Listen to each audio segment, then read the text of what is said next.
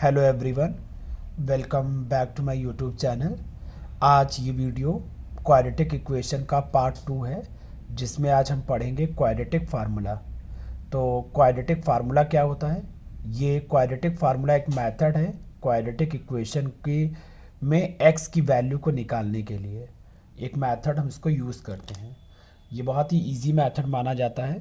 मान लीजिए कि हमारे पास एक क्वाड्रेटिक इक्वेशन है, A X square B X plus C is equal to zero. तो हम कह सकते हैं कि यहाँ पे हम x की वैल्यू को हम क्वाड्रेटिक फार्मूले से निकाल सकते हैं। तो क्वाड्रेटिक फार्मूला होता क्या है? x is equal to minus plus minus under root B square minus 4ac upon 2a। ये मेरा क्वाड्रेटिक फार्मूला है, जहाँ पे a एक्स स्क्वायर का कोफिशिएंट है, b एक्स का कोफिशिएंट है और c एक कांस्टेंट है जो किसी का भी कोफिशिएंट नहीं है।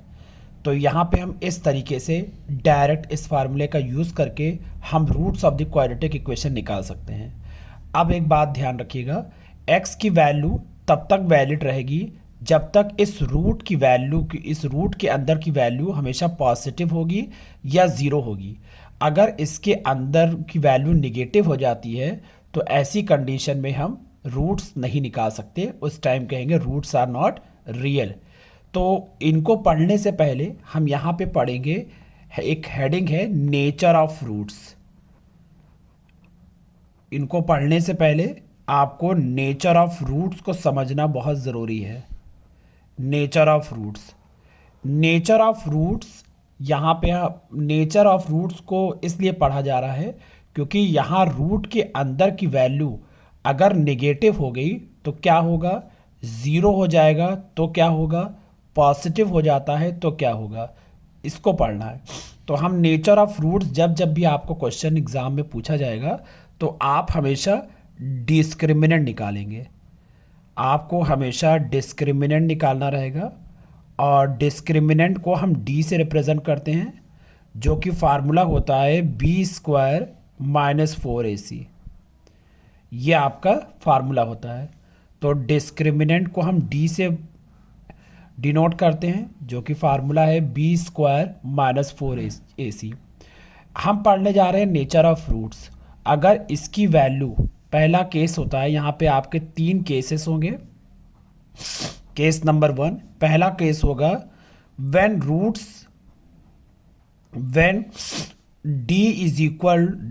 d is positive. अगर हम कह दें कि d की वैल्यू पॉजिटिव है तो आप खुद सोचिए कि अगर d की वैल्यू पॉजिटिव है तो रूट के अंदर की वैल्यू पॉजिटिव है, इसके मतलब d की वैल्यू ग्रेटर देन ज़ीरो आ रही है। अगर d की वैल्यू ग्रेटर देन ज़ीरो आएगी तो आप कहेंगे कि रूट्स आर रियल। मतलब आप x की वैल्यू को निकाल सकते हैं, आपको कोई दिक्कत नहीं आएगी। केस नंबर 2 होता है, केस 2 कि अगर रूट्स की वैल्यू हमारी ज़ीरो हो जाए। केस नंबर 2 कि व्हेन d की वैल्यू हमारी कितनी हो जाए? ज़ीरो हो जाए। तो आप खुद सोचिए, अगर मेरी d की वैल्यू ज़ीरो हो जाएगी तो आपका जो क्वाड्रेटिक इक्वेशन है वो कुछ इस तरीके से होता है। आप कह सकते हैं कि इसकी जो वैल्यू है, अंदर की वैल्यू अगर ज़ीरो हो जाए तो ये हो जाएगा 0 अपॉन 2a। अब आप देख सकते हैं कि माइनस प्लस, मतलब हम ज़ीरो को एक बार जोड़ेंगे और ज़ीरो को एक बार हम माइनस करेंगे।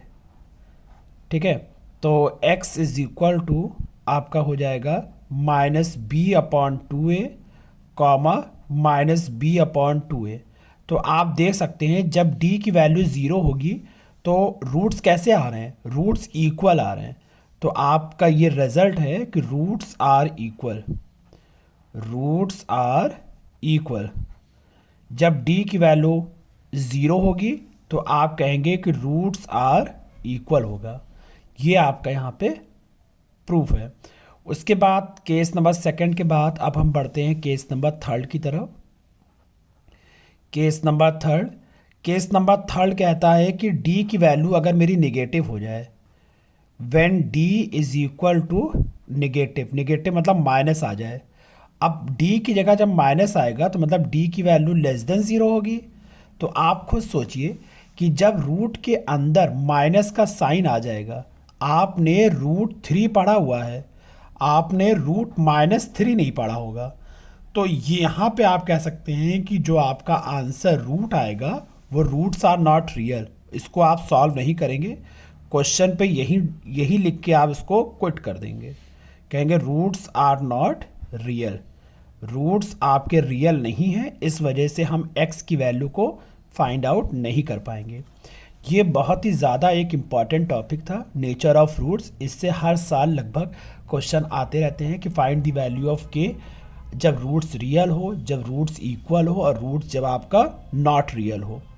तो ये तीनों कंडीशन आपको याद रखनी है, जिससे कि आपको क्वेश्चन सॉल्व करते समय कोई दिक्कत ना हो। आइए बढ़ते हैं हम लोग अपने अगले एक्सरसाइज में, एक्सरसाइज 4.4 की तरफ, जिसमें कहा गया है कि find the roots of the quadratic equation if they exist. तो एग्जिस्ट तब करेगा, हमने आपको ऑलरेडी बता रखा है कि तीन कंडीशन होती है, दो कंडीशन पे एग्जिस्ट करेगा और तीसरी कंडीशन पे एग्जिस्ट नहीं करेगा।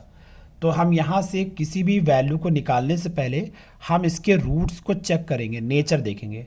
तो हम डी निकालेंगे, डी हमको बताएगा कि मेरा रूट्स एग्जिस्ट करेगा कि नहीं। डी का फार्मूला होता है बी स्क्वायर माइनस 4ac। हम बी की वैल्यू पुट करेंगे -3 का होल स्क्वायर, ए की वैल्यू पुट करेंगे 2 और सी की वैल्यू पुट करेंगे 5। तो ये मेरा हो जाएगा 9। इसको आप सॉल्व करेंगे तो ये हो जाएगा 40। तो यहाँ पे डी की वैल्यू आ गई -31। तो जैसा कि आप देख सकते हैं डी की वैल्यू नेगेटिव आ गई, तो डी की वैल्यू नेगेटिव आना ही बता रहा है कि roots are not real, roots are not real. तो इसको हम आगे सॉल्व नहीं करेंगे, यहीं पे इसको हम डिक्लेयर कर देंगे। ठीक, उसके बाद आइए बढ़ते हैं अपने सेकंड वाले क्वेश्चन की तरफ, चेक करते हैं कि ये एग्जिस्ट करेगा कि नहीं।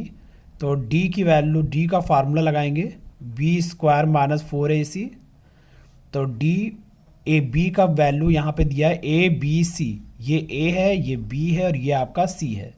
बी की वैल्यू रखेंगे -4√3 का होल स्क्वायर, ए की वैल्यू रखेंगे 3, सी की वैल्यू रखेंगे हम 4।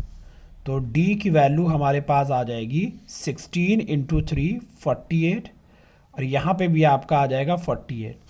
तो डी की वैल्यू आ गई 0। तो डी की वैल्यू 0 आ गई, तो हमने इससे गैस कर लिया, अनुमान लगा लिया कि रूट्स आर इक्वल, मतलब जो हमको रूट्स अभी आगे चल के मिलेंगे वो इक्वल रूट्स मिलेंगे। तो अब हम क्या करेंगे, अब हम x की वैल्यू निकालेंगे। x का फार्मूला होता है -b plus minus √b square minus 4ac upon 2a। तो हम x is equal to -b, b की वैल्यू कितनी दी गई है, ये माइनस आपका ऑलरेडी रहेगा। b की वैल्यू आपको दी गई है -4√3 प्लस माइनस अंडर रूट के अंदर की वैल्यू आप 0 निकाल चुके हैं ऊपर से, अपॉन 2a। ए क्या है, a की वैल्यू आपकी 3 है, इसको आप यहाँ पुट करेंगे और x की वैल्यू आपकी हो जाएगी 4√3 प्लस माइनस, तो प्लस माइनस आप देख सकते हैं यहाँ पे आपका 0 आएगा अपॉन 6। आप 0 में चाहे जोड़िए चाहे घटाइए, आपका आंसर 4√3, जब जोड़ेंगे तब भी यही आएगा और जब माइनस करेंगे तब भी यही आएगा।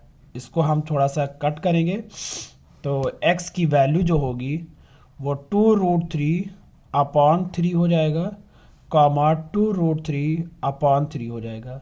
इस तरीके से हम x की वैल्यू निकाल सकते हैं।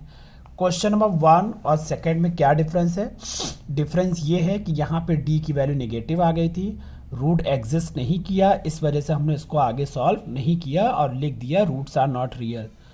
सेकंड वाले क्वेश्चन में d की वैल्यू 0 आ गई और हमने कहा रूट्स आर इक्वल हो गया, और रूट्स अगर इक्वल है तो सॉल्व किया जा सकता है, और देखिए हमने इसको सॉल्व भी कर लिया है। अब हम बढ़ते हैं अपने मोस्ट इम्पॉर्टेंट क्वेश्चन की तरफ, जो लास्ट ईयर कई सालों से इस टाइप के क्वेश्चन पूछे जा रहे हैं। यही क्वेश्चन नहीं है, इस टाइप के क्वेश्चन पूछे जा रहे हैं। तो कहा जाता है इस क्वेश्चन में कि find the value of K. Okay, if find the value of K if the equation has a equal roots. तो अब आप देखेंगे इक्वल रूट्स इन्होंने ऑलरेडी बोल रखा है, इस क्वेश्चन में आपको चेक नहीं करना है। इस क्वेश्चन में ऑलरेडी बोल रखा है कि इसके रूट्स इक्वल है। तो आप क्या कहोगे, आप कहोगे फॉर इक्वल रूट्स, आप कहेंगे for equal roots, for equal roots d is equal to 0। आपको कंडीशन याद होना बहुत ज़रूरी है। कभी कहेगा इक्वल रूट्स है, k की वैल्यू निकालो, कभी कहेगा रियल रूट्स है, k की वैल्यू निकालो। तो इक्वल रूट्स की बात हो रही है, तो इक्वल रूट्स में d की वैल्यू 0 होती है। d की वैल्यू होती है b square minus 4ac is equal to 0। तो b की वैल्यू कितनी होगी, abc, b की वैल्यू आपकी होगी k स्क्वायर, a की वैल्यू कितनी होगी, a की वैल्यू आपकी 2 होगी, c की वैल्यू कितनी होगी, c की वैल्यू आपकी 3 होगी, और इसको लिख देंगे 0। तो k स्क्वायर आपका हो जाएगा 24 is equal to 0, k square is equal to 24। तो k की वैल्यू हो जाएगी आपकी √24 प्लस माइनस √24। तो k इज इक्वल टू आपका आंसर, इसको आप सॉल्व कर सकते हैं। तो होता है 4 6 24, इसका के 2 बाहर आ जाएगा, तो आंसर आ जाएगा 2√6 आपका आंसर आ जाएगा। और रूट हमेशा प्लस माइनस में ही आंसर देता है। डन। इस तरीके से हम के की वैल्यू निकाल सकते हैं। उसके बाद एनसीईआरटी का हम सेकंड क्वेश्चन करेंगे। ये भी बहुत अच्छा क्वेश्चन है। इसमें हम पहले देखेंगे कि मेरा इक्वेशन जो है वो क्वाड्रेटिक के जनरल फॉर्म में नहीं है। तो हम क्या करेंगे, हम यहाँ ब्रैकेट ओपन करेंगे। तो ब्रैकेट ओपन करेंगे तो K x square minus 2kx plus 6 is equal to 0 हो गया। अब आप देख सकते हैं कि आपका ये जनरल फॉर्म में आ गया। फिर आप कहेंगे for equal roots, for equal roots d is equal to 0। d की वैल्यू होती है b square minus 4ac is equal to 0। A B C, b कितना है आपका minus 2k whole square. a की वैल्यू आप देख सकते हैं k है, c की वैल्यू आप देख सकते हैं c है, इज इक्वल टू हो जाएगा आपका 0। ये हो जाएगा आपका 4k square minus 24k is equal to 0। 4k को हम कॉमन ले लेंगे। जब आप 4k को कॉमन लेंगे तो k माइनस 6 आपका ब्रैकेट के अंदर बचेगा। बहुत लोग यहाँ पे गलती करते हैं इक्वल के इधर इसको भेज के सॉल्व कर देते हैं और k की वैल्यू को कॉमन नहीं लेते हैं। अगर आप k की वैल्यू को कॉमन नहीं लेंगे तो आपके दो डिफरेंट वैल्यू ऑफ k नहीं निकलेगा। तो हमेशा कॉमन लिया करिए। 4k इज इक्वल टू 0 हो जाएगा और k minus 6 is equal to 0 हो जाएगा। तो k की वैल्यू हमारी यहाँ 0 आ जाएगी और यहाँ पे k की वैल्यू हमारी 6 आ जाएगी। तो इस तरीके से हम इम्पॉर्टेंट क्वेश्चन अपने कर सकते हैं जो इक्वल रूट्स पे दिया गया था। एनसीईआरटी का क्वेश्चन नंबर 2। आज ये थी क्वाड्रेटिक इक्वेशन की पार्ट 2 जिसमें हमने नेचर ऑफ अ रूट्स कराया। ये बहुत ही इम्पॉर्टेंट बोर्ड एग्ज़ाम के लिए है। इस वीडियो को आप देखिए। कोई डाउट्स हो, कोई समस्या इस क्वेश्चन में हो तो आप इन कमेंट बॉक्स में मैसेज कर सकते हैं। इसकी पार्ट 3 कल आएगी जो आपकी एक्सरसाइज 4.2 पे डिपेंड होगी और उस एक्सरसाइज को हम क्वाड्रेटिक फार्मूले से सॉल्व करेंगे। ठीक, तो मिलते हैं अपने अगले वीडियो में पार्ट 3 में। तब तक आप पार्ट 1, पार्ट 2 को देखिए, अपने कॉन्सेप्ट को क्लियर करिए। कोई डाउट हो तो कमेंट बॉक्स में मैसेज करिए और यहाँ पे मेरे चैनल को सब्सक्राइब कर सकते हैं लेटेस्ट नोटिफिकेशन के लिए। तब तक आप अपना ख्याल रखिए, क्वेश्चंस को पढ़ते रहिए, डाउट को कमेंट बॉक्स में लिखते रहिए। मिलते हैं अगले वीडियो में, तब तक टेक केयर।